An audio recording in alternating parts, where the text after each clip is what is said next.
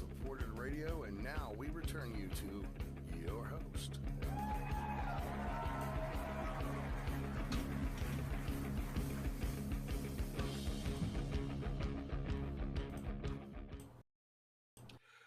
Hello and welcome to Platos Cave. That's right, coming to you from Australia, the land down under for Revolution Radio on revolution.radio. Hoorah! Hoorah! I say to this. Excellent. Now, this is Listener Funded Radio, which means if you can, please do support the station with all kinds of cash and fiat currencies and crypto coin and whatever else you might have. Really easy to do. Go to the website, revolution.radio, follow the bouncing ball. Could become a, permanent supporter. I think Patreon as well is a possibility here. So if you can do any of these things, they're awesome. But maybe you can't. Because you ain't got no cash. Because I ain't got no cash. Then tell people about the station. Tell everybody about the station. And maybe our shows.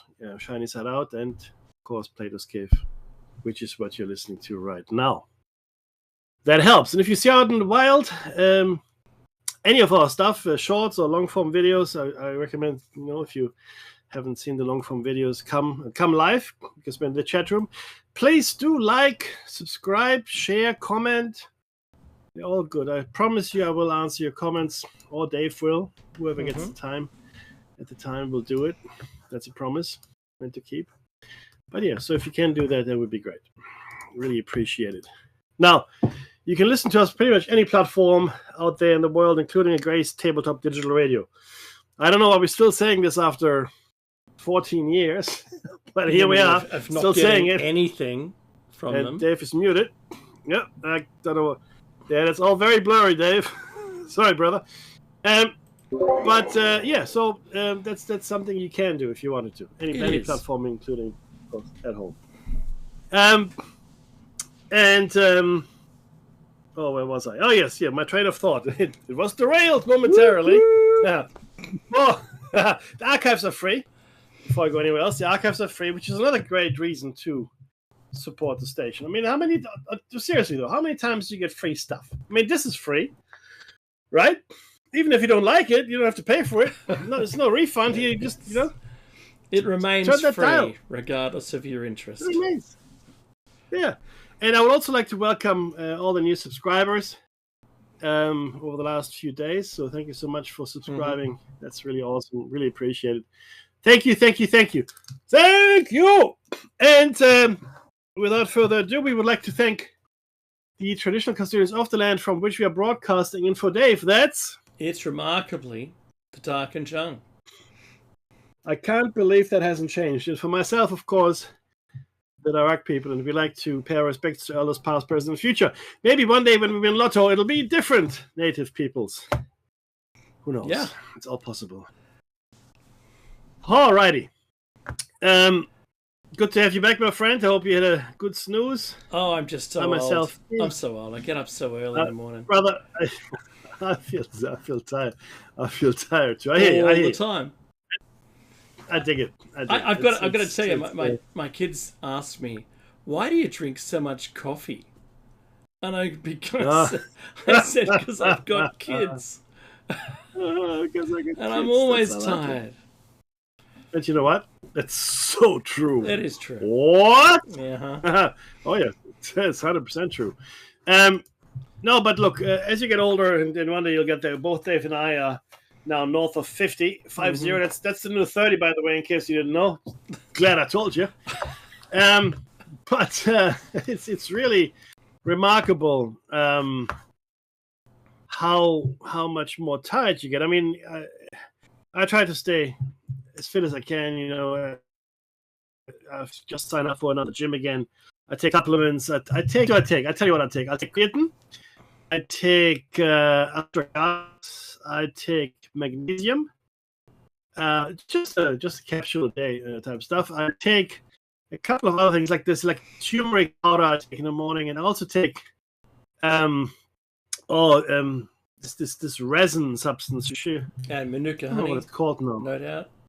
Yeah, Manuka. Yeah, but this is Himalayan resin. Literally, it's like a resin, and I can't for the life of me not think of the name now. Shilajit. I take Shilajit. Yeah, it's and if you Google it, it's yak butt porridge. I don't know what it is. I'm kidding. It's horrific. No. Really, is it awful? It is horrific. What? It's out.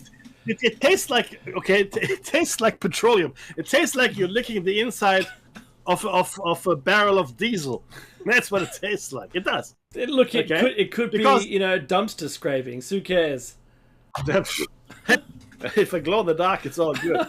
But these supplements help now. They do. I can feel it. I mean, I really do. Coffee, of course, helps always. Coffee is your friend.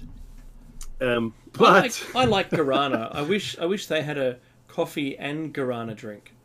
Or maybe they could, soak the coffee beans in guarana or something. I don't know.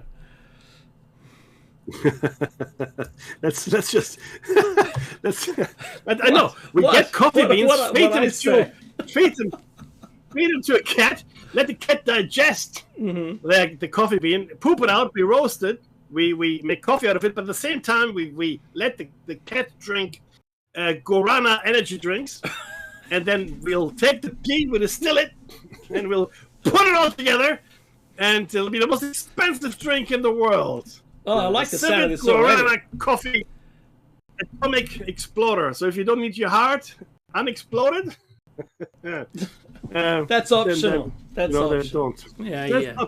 What? No, but it's always right. It does always take any caffeinated or guarana products, or for that matter, what is it in the energy drinks today? Oh, I forget what it's not just caffeine. Taurine. Yeah, taurine. Yeah, be taurine. Careful. You're allowed to have some, but not too much taurine. Be careful. Be careful. He says. Shh. Do you know what I learned today? I was listening to the radio. You learned that I'm an idiot. I learned that I didn't know where you were. I knew that. I knew that. That's old news. No. That's nonsense. You're a dear and trusted friend. No, what I learned was that Australians, and this is a lady. She worked for the federal police. She was being interviewed, and they had a few drug busts and this and that. And she said, when people here, overseas, that is, both in producing countries as well as other consuming countries, like producing country, I guess, like Colombia, and a consuming country like, let's say, Great Britain, when they hear how much we pay for drugs, right? They are completely flabbergasted. So the drug dealers as well as the drug consumers, like they want to sell their product here. Yeah, they go, this is Australia. Now, Australia specifically, right? Not America, not Europe, but even though there's only 26 million of us, we are prolific drug users, and we pay through the nose for that. Oh, and right? We use it through the nose. Oh, well, there's that. I like that. I like what you did. It was a nice pun. For a gram of cocaine, good quality, I believe the price is between $400 and $500. So that's about that's more than anywhere else. Yeah, that's about what the federal police are doing their estimates on the street value. Yeah, that's right. Correct. So, but that apparently that seems to be a lot compared to the rest of the world. I have no idea. I've never purchased drugs in another country. I couldn't tell you, right? But it certainly is very interesting. Oh, by the way, Batsman says hello. Hey, Batsman. Hope you're doing well. Comet as well. Comet. Hi, Comet. Yeah, Comet. Comet and I were talking before the show nice. Too. Look, it's really good to see the activity in the chat room. So if you don't know what we're talking about, head on over to revolution.radio and jump into the chat room, and you can talk to us while we're on air. It's modern technology, and we should just call it chat. It's a person. It has many voices, but it's just chat. I watch a lot of streams. Yeah, do it. Where people are playing games for 24 hours straight or something, and they go, "Hey, chat," it's just like another person. So we should we shouldn't show our age, and so I'll type it into the chat. No, it's just chat. Yeah. Well, what are you talking about? I mean, what's the what? What? Your mother? The mother of all humanity? What are you talking about here? Hey? What are you doing? Killing your mother? I love it. So, I heard some crazy news today, Mickey. Crazy. Things are all going crazy. There was a guy talking today about Joy Division. I heard and just overheard some conversation, and he said, my girlfriend liked the Smiths more. He's 60 years old, right? And he goes, well, I can't believe Albo had the Joy Division t-shirt on. And now there was I actually saw that. Yeah, there was a meme today where the head of the Australian chapter of neo-Nazis put a Joy Division top on.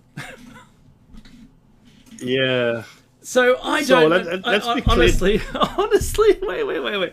So, besides the memory lane, he could have worn.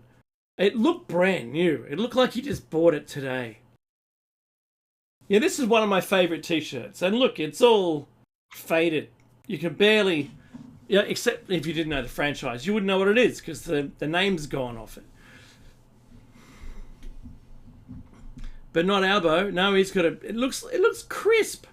It looks like he had it in plastic the whole time, 40 years ago. It's mint, and now it's worth nothing. It's worth nothing. He opened the plastic. No, but I just want to say here, I don't think that Joy Division is an emblem of Nazism. No, it's not. My opinion. No, it was a meme. Exactly, and if Nazis decide to wear a T-shirt of whatever, that doesn't automatically derive that this whatever it is could Ronald McDonald. Oh no, he's in the KKK. Oh, I never trusted him. Look at that fake smile of his. Yeah, him and those the Colonel, feet. Man. I don't trust him. Yes, the clown at the Colonel. They're in the KKK, eh?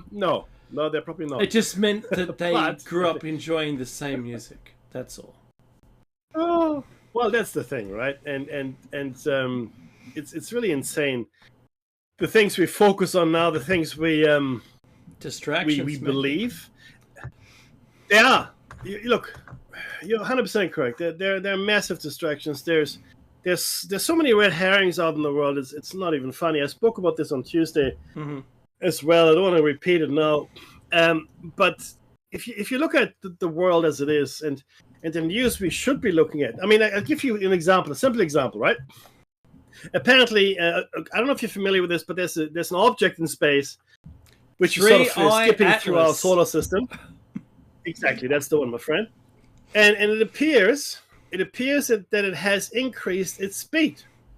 And it now, has unless jet, it is powered, like a jet coming out the butt.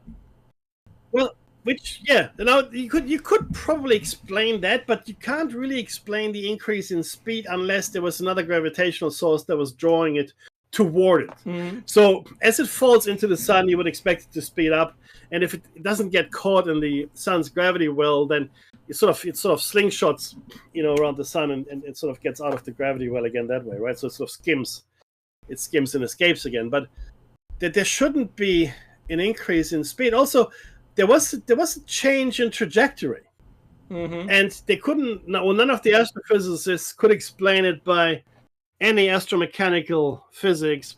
Other planets or we've been to the moon because you need something.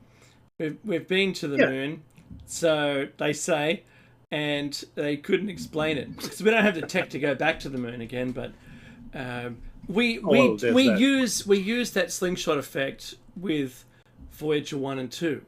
And Viking missions, and all the other satellites that we push out there, all the other probes and satellites, we use slingshotting. It's a tool, and for this to be using our sun as a tool, maybe, isn't that kind of an indication that stuff's going on? But there's still another 4 that are coming before the end of the year. Yeah, that's right. Now, there's an interesting thing here which most people have overlooked. Do you remember the WOW signal from 1977? Oh, how can you forget it? Because isn't that the origin of Three-Eye Atlas? Well, that's exactly right. That's where the general vicinity of the sky it came from is exactly where the wow signal came from. It lasted 72 seconds, right? Yep. And the characteristics that the signal had suggested it didn't originate on Earth or even in the solar system, right? And we still don't know. We still don't know what actually happened there, and it's one of those mysteries. But again, Three-Eye Atlas, like Dave said, came from the general vicinity of that wow signal. So was it sent by Three-Eye Atlas or by potentially whoever sent Atlas on its way? I don't know. But see, there's in fact, I'll be honest with you, in the mainstream news, but even the non-mainstream news, right? I mean, because Dave and I troll all kinds of news. There was really no mentioning. I mean, on YouTube you get it quite a bit, and different people post different things. Astronomers, I guess it's just a wider field of interest that are catered for. But in the mainstream, and even the sort of non-mainstream news, zero. It's all about. This is what it's all about. Yeah, what we're seeing is Trump in Asia. Obviously, Hurricane Melissa. That's. By the way, one of the strongest storms to ever form in the Atlantic. And we're hearing this all the time now. 9 hours, Mackie. Strongest ever. 9 hours from being a thunderstorm to being a Cat 5 and hitting the coast of Jamaica. 270 kilometers per hour. 278. Yeah. Now, that's... I mean, I drove on the Autobahn. I did not drive 278 kilometers. Right? I think the fastest I ever drove, I want to say 230, 240. Yeah, right. And that was pretty scary. But 270, I mean, and look, obviously many people were killed, and Jamaica, of course, I mean, entire townships in Jamaica have been destroyed. We haven't seen it really emerge from it yet. So tomorrow morning, now that the storm has gone past, we'll have people fly in and flyovers, and we'll get to see the devastation. Yeah, but what we're also seeing, unfortunately, and this is on the news, and this is probably, I mean, is it a red herring? Well, not really, but the Sudan, it looks like in a key city in the Sudan, the RSF militia seems to have killed thousands, if not tens of thousands of people. They analyzed satellite footage. This is I can't remember. This was an expert in conflict resolution and conflict studies from a university in the States, but I can't remember which one. But he was speaking at length, and he and his team had analyzed the satellite footage, and he said they couldn't count the bodies. They didn't have time. They didn't have time to count the bodies, so they tried to build an algorithm that can do it for them. But he says thousands, maybe tens of thousands, and all the contacts on the ground they have gone quiet. On top of that, Hamas has killed a number of Palestinians, executed them, has also seems to have gone into a firefight with rival gangs or clans. And on top of that, it seems that both Hamas as well as Israel have broken the ceasefire. So let's be clear here. Everybody says the ceasefire is still holding. If either side shoots or bombs or attacks the other side, that's the end of the ceasefire. That's right. That's a good definition and a rule to use. Yeah, it's a ceasefire violation, and all because no, the ceasefire is holding. Well, it clearly isn't. I mean, scores of Palestinians have been killed yet again in a bombing raid, and the Israelis say that an IDF officer or soldier was killed by Hamas. So no, the ceasefire is not holding. It is not holding. Because you cease to fire in a ceasefire. It's a pretty simple premise, Mackie. It's in the word. read the word. Cease fire. So that's a bit of a worry. I've got to do a hecklefish. What I say. No, but this is really the insane thing where all these things that are happening, right? Where Donald Trump is involved, everything is for Donald Trump's benefit. The world leaders have now completely understood what it takes for him to be happy. When he visited South Korea, what did South Korea do? South Korea gave him a gold crown, authentic, that used to belong to South Korean emperor, ruler, some couple hundred, whatever, a few hundred years ago. A gold crown. This is holding court in ancient times, where people come and petition the court for favors, and agreements and favorable outcomes in judgments, and bring gifts. And the thing is this, right? And I know in Australia, and I'm sure it's the same in America, I'm sure it's the same everywhere except for, I guess, North Korea, Russia, China maybe. But if a politician is given a gift that exceeds a certain value, that gift becomes the property of the state. And it's put into a museum or into a hold or something, right? But it's there for the people, not for the person it was given to, right? But this stuff that Trump is getting, I think he's just taking it. I think, that's mine now, thank you very much. Well, no, it's not. And I know, but I have to say it because it bothers me. The White House is a historical, obviously, house. And yes, the truth is, other presidents have made changes to it. That is the absolute truth. But no president has ever destroyed or demolished an entire wing and built a structure that is bigger than the existing White House. Okay? Never mind who is paying for it.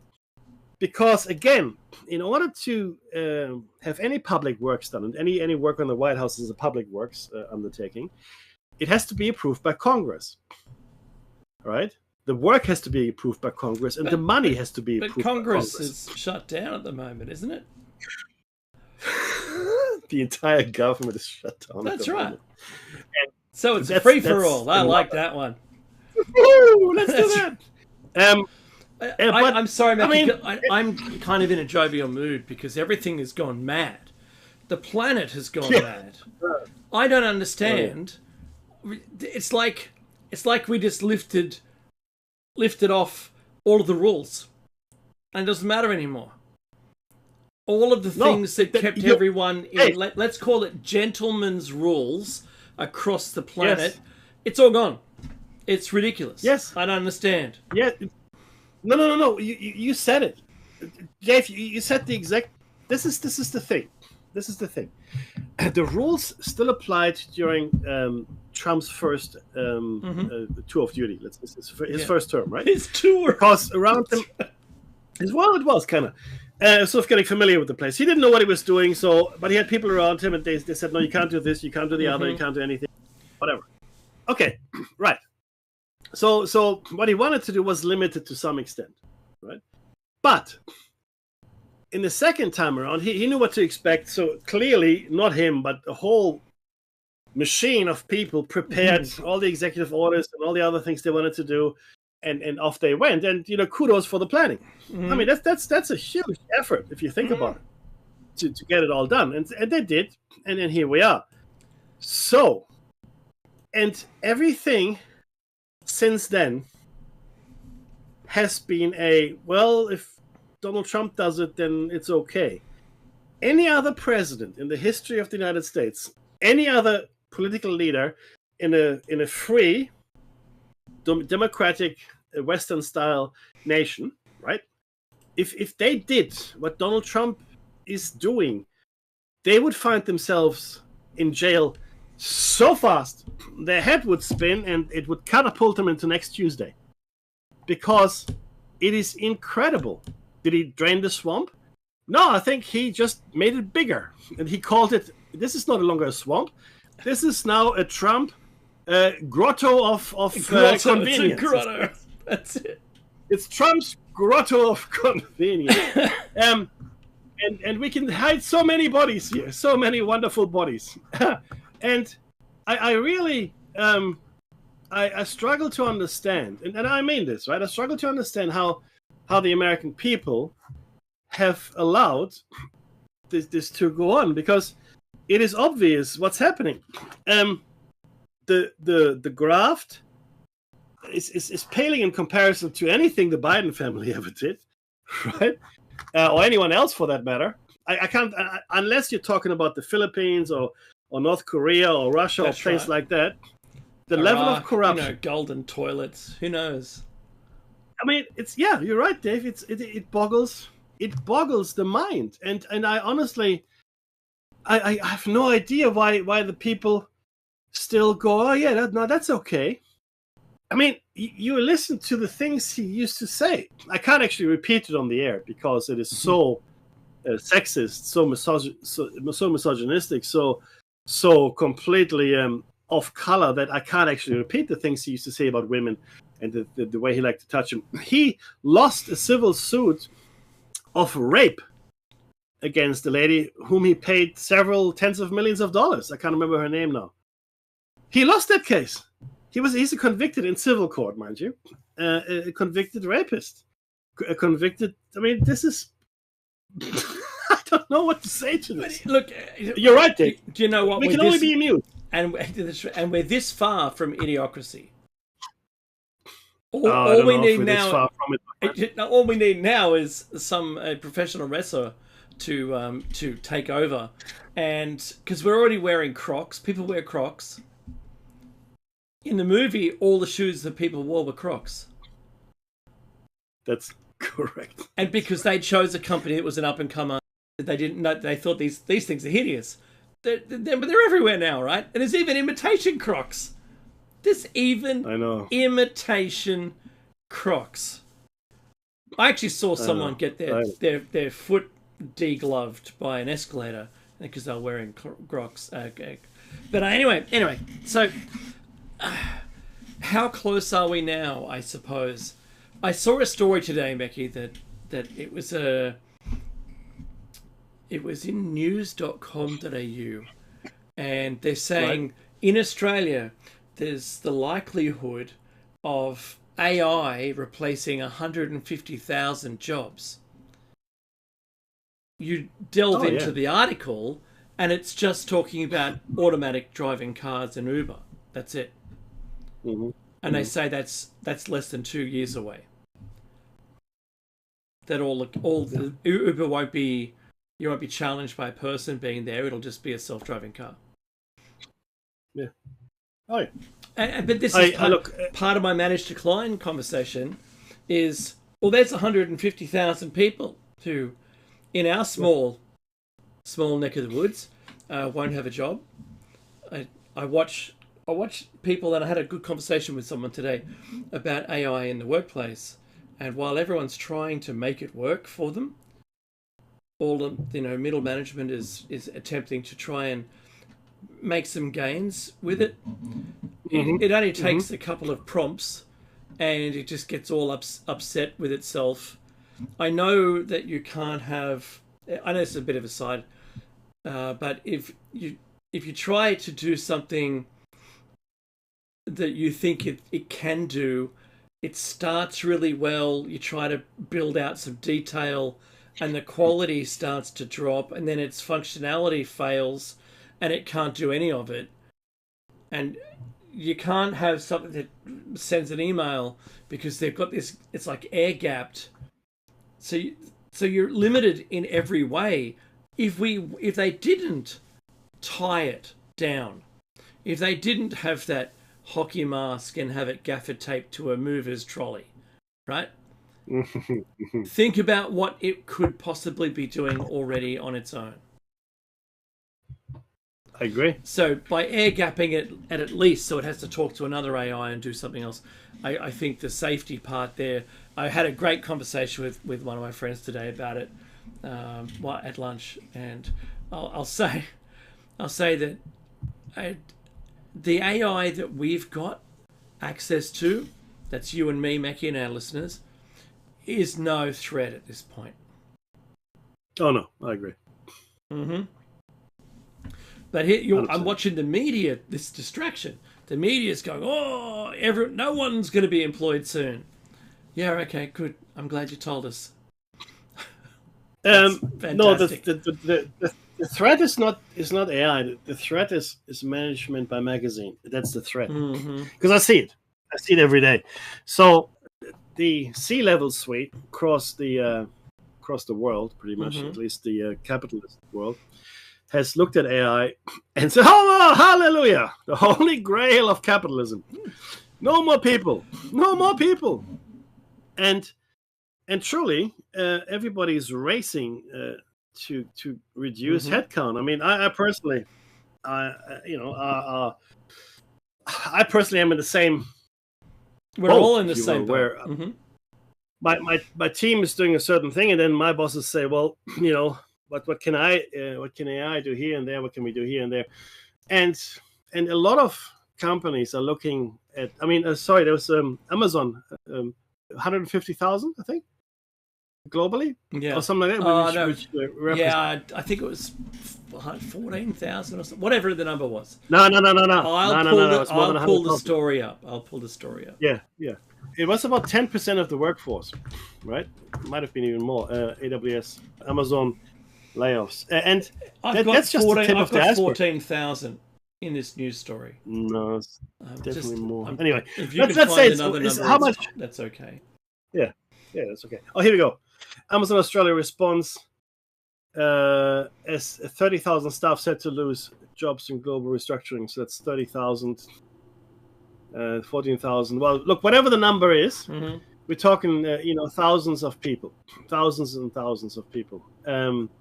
And I think that was about 10% of its workforce globally. And on top of that, you have these outages at the moment at Amazon. And there's still outages. I think Snapchat is still offline, right? Or affected by what happened last week. Oh. In AWS. Yeah, okay. Yeah. So there's still... So the problem here is that we're starting to trust machines more and more because we think that's better. It's certainly cheaper. Now, let me tell you a little story here. When we started offshoring work to anywhere really, away from America, Australia, Western Europe, into Asia or South America or wherever it was cheaper, the experience was not good. And the experience has gotten better. It has, but the math still doesn't really quite work out, right? Offshoring that. And this will be the same. The math looks amazing. If I was managing a company on a spreadsheet, which is what Donald Trump is doing to the U.S. economy, by the way, at the moment, I would think this is fantastic. Because the simple rule is, okay, I got AI. AI is going to get rid of 40% of my headcount. 40% of the workforce I can get rid of because AI will do whatever they do. That's the rule of thumb. And I can tell you that in some industries, that calculation goes as high as 80%. 80%. Now that's a whole lot of people. Now, just because that's not true, doesn't mean they're not going to try to get there. That's right. Doesn't mean they won't try. Because that has happened before. I've seen it. I've been working for, how old was it, 16? Jesus, I've been working for 40 years. I've been in the workforce actively for 40 years. And I've been in IT for, 28 years, something like that. And so this is I've seen it come through, and it will cause issues, significant issues, right? But the problem that I see here, Dave, is this: I don't think we have ever seen it at this scale. The only other comparable thing, two things are comparable: industrialization, when a whole bunch of people went to work in factories, right?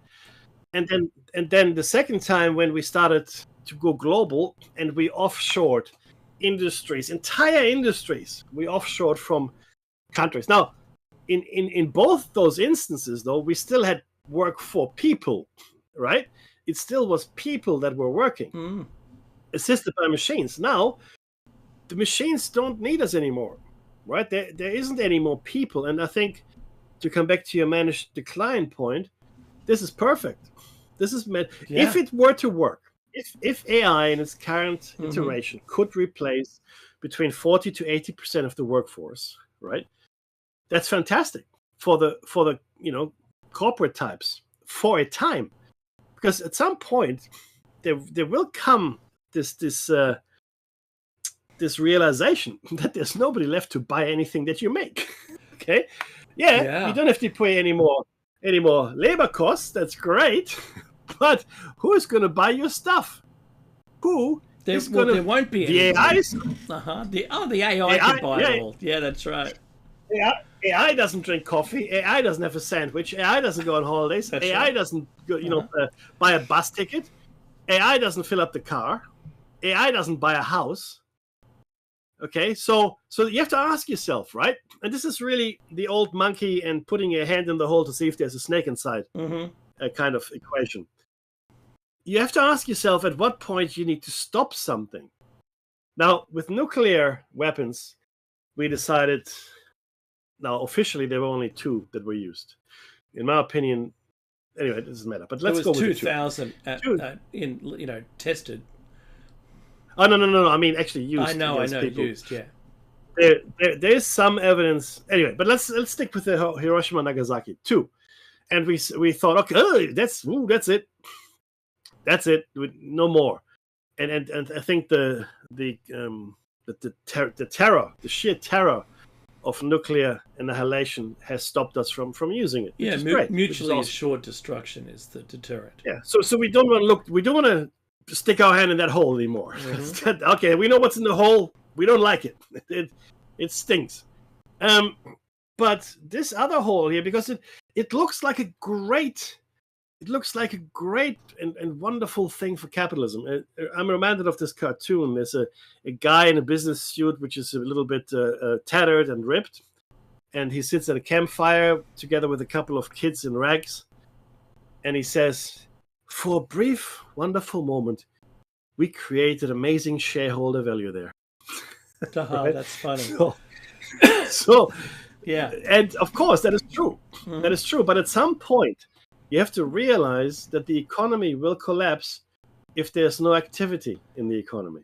Yeah, and that's the problem then, right? Yeah, so when I was talking about social cohesion before and that digital identity and proving who you are so they can pursue you in court for something you said online, at this point, when you get the decline of the workforce, the only thing that you can put in place to provide credit to people, because they won't be earning anymore, to buy things, but not at the rate that we buy them today, will be hamstrung, Meki, by the amount of carbon that it cost to make the thing.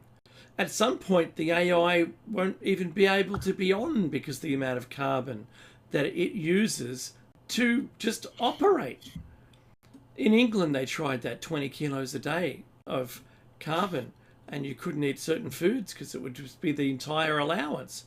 If you imagine you're thinking about it in calories, how many calories or kilojoules is this food that you want to eat? If you want to have one Big Mac, that's your whole food for the day, according to your allowance. Well, equivalent to that would be beef that's barbecued.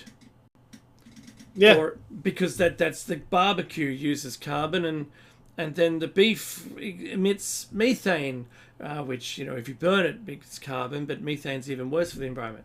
So trying to balance all this stuff out and then realize that there won't be anyone to buy any of it, so that we won't be making any of it.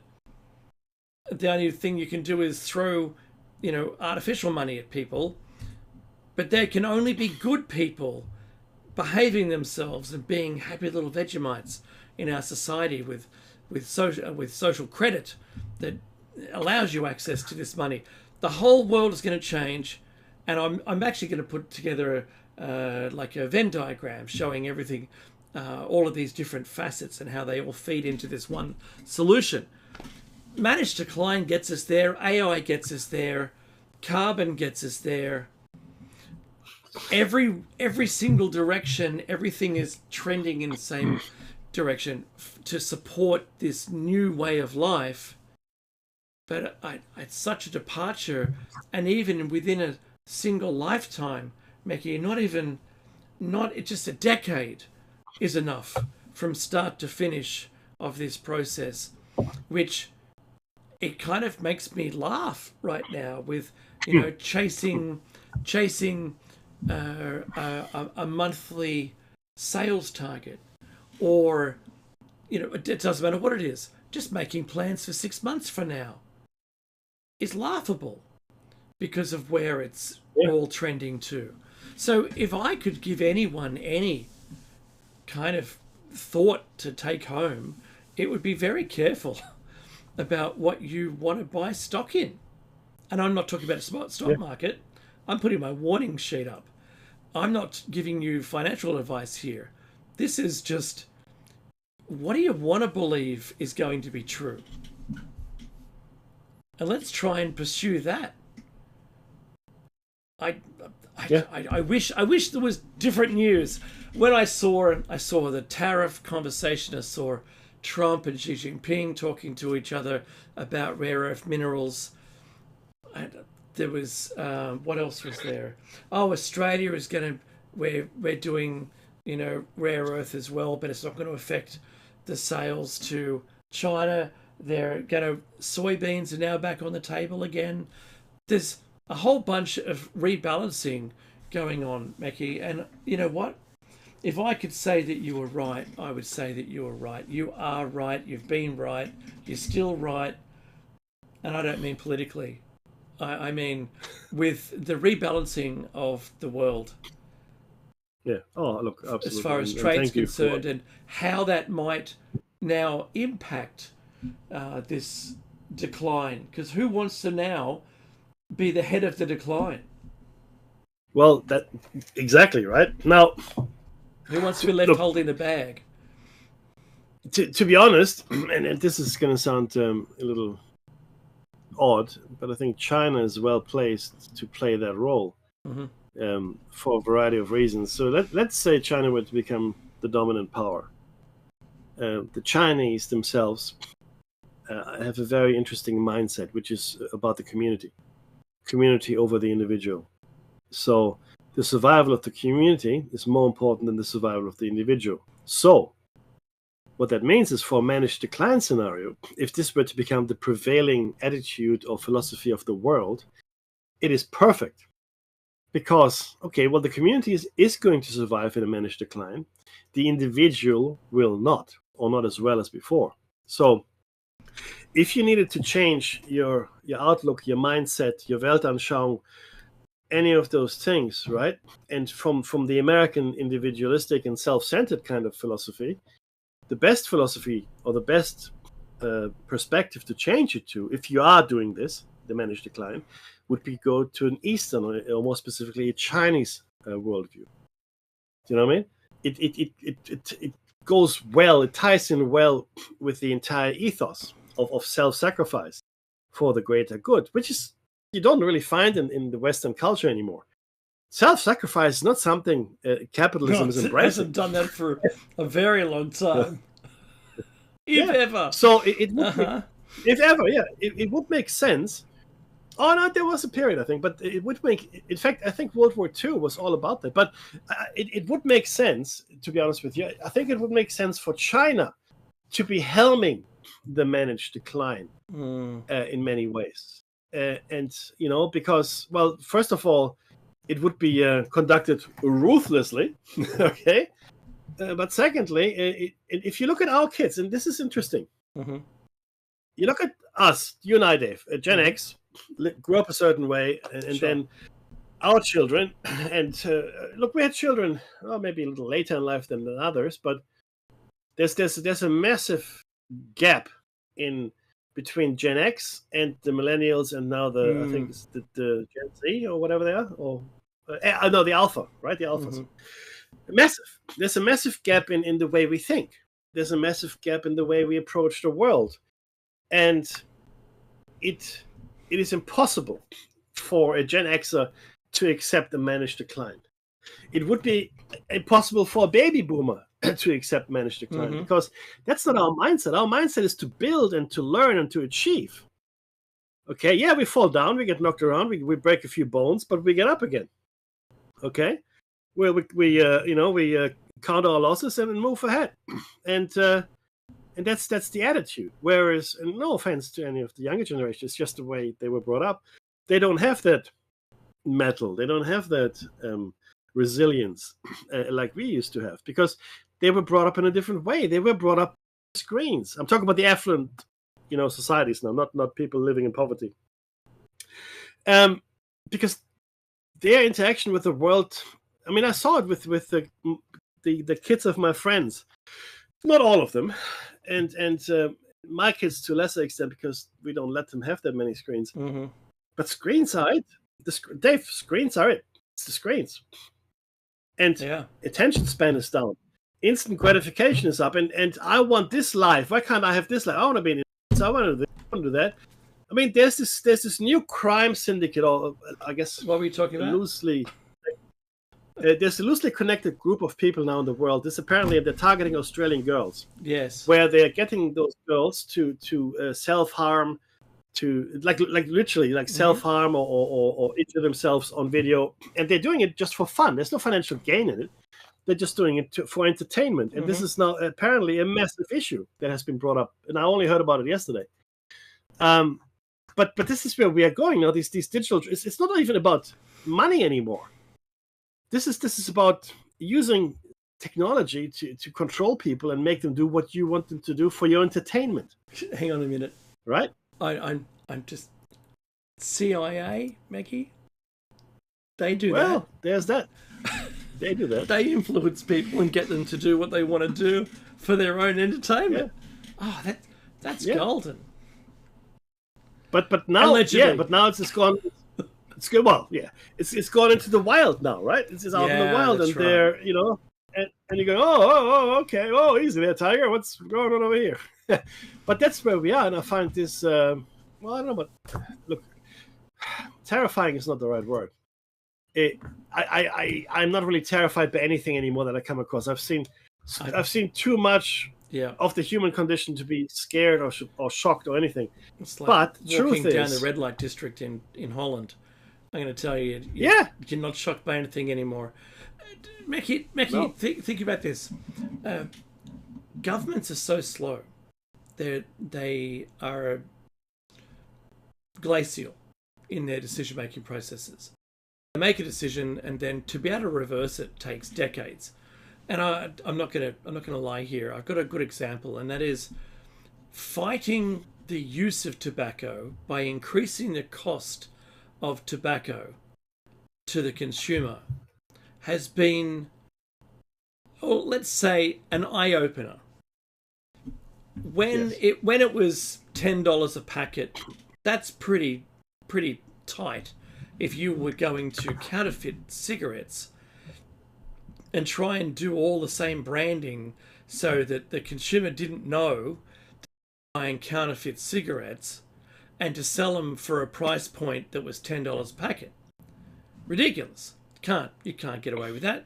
It costs too much. However, at $60 a packet of cigarettes, which is 25 cigarettes or 20 cigarettes, is perfect.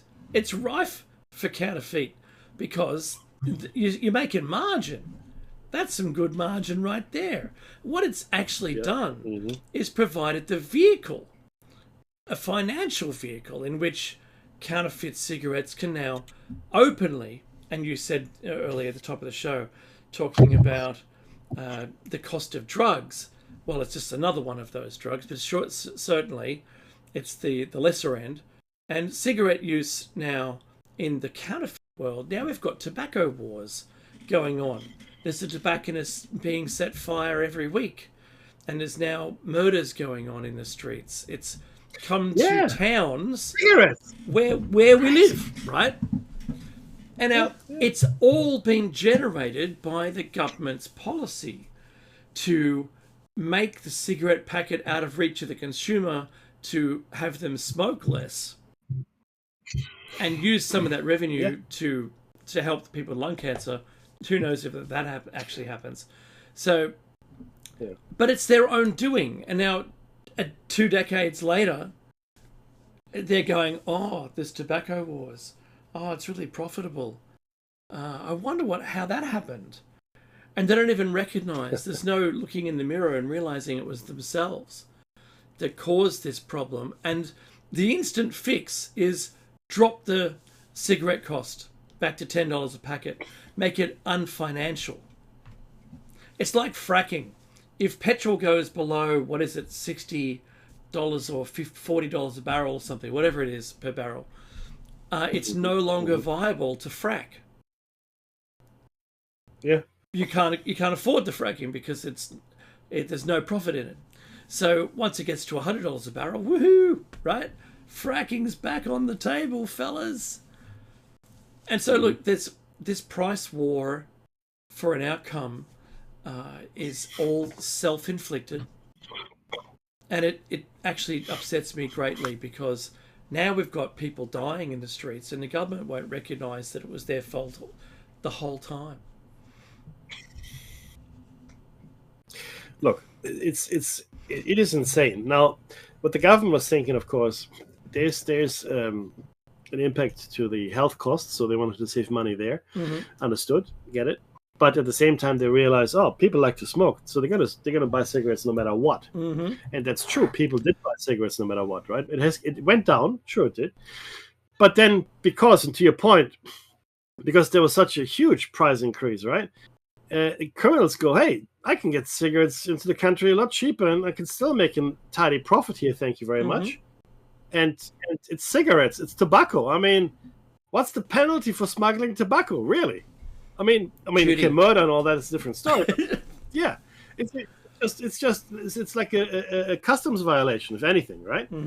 Because you're smuggling, but you're not smuggling drugs. It's tobacco. It's legal. It's legal. Yes, you bring it in. You're bringing it in illegally, but it's commercial not, quantity, you're not which drug is illegal. But that's right.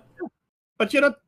But you're not up there with cocaine dealers or meth dealers or whatever. It's tobacco. It's And so you got to say. I mean, this is just, it boggles the mind. It really does.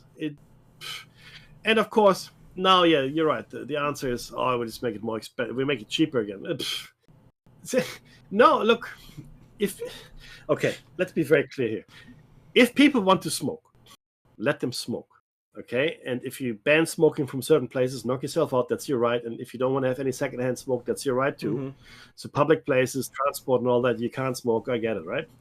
But if you want to have a pub where you can smoke, then you have a pub where you can smoke. And if you enter that pub, and you know that's a smoking pub, for example, right?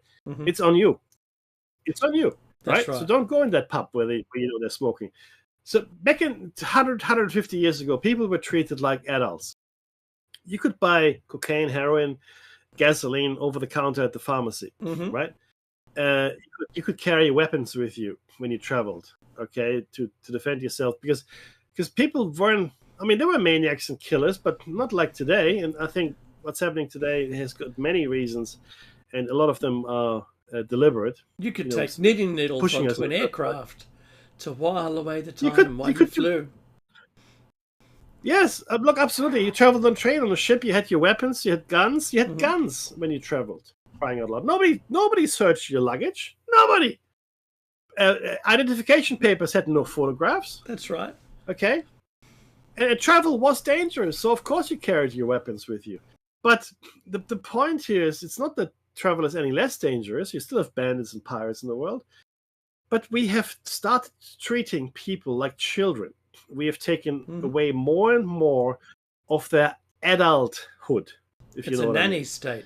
It's completely and deliberately so. Where you go? It's like can I use this toy? No, you can't use this toy. Can I? I can't smoke. Can I eat red meat? No red meat for you. What? And it's getting to the point. I think it'll get right in the chat room. What did the comments say? Yeah, exactly. Well, I think it's the other way around. I think they acted like adults because they were treated like adults. Okay? I think it's the other way around. I don't think that people were treated like adults because they acted like adults. I think they acted like adults because they were treated like adults. Yes, that's right. You understand what I'm saying here? There's a subtle difference. Because the governments weren't trying to foster any nanny state laws on them and take the rights away and treat them like children. You got to do this, you got to do that. There were no seatbelts when I grew up. There were no bike helmets. That's right. I'm not saying these are bad things. I'm not saying they're bad things. You should be able to wear a seatbelt if you wanted to. You should be able to wear a bike helmet if you want to. Sure, absolutely you should. But you know what? If you're an idiot, okay, and you make bad decisions, then maybe you should be taken out of the gene pool. Okay? And that's what used to happen in the olden days. But we have gotten down the road of treating everybody like a kindergartner, that people really have no longer a capacity to make rational. I mean, they have on car batteries, there's a warning sign: don't drink the liquid. That means someone did drink the liquid. It is. Guess what, Mackie? Oh my god, this is music? No, yeah, don't tell me. it is. Hi, Vey. Okay, thank you so much for listening. This was really fun. It's better when I have you here, Dave. It's always better with you. Hey, don't go anywhere. Something awesome is going to come up, so please don't touch that dial. If you see us out in the wild, please like, subscribe, comment, share, etc., etc. And donate if you can, but most of all, Dave, be safe, everyone.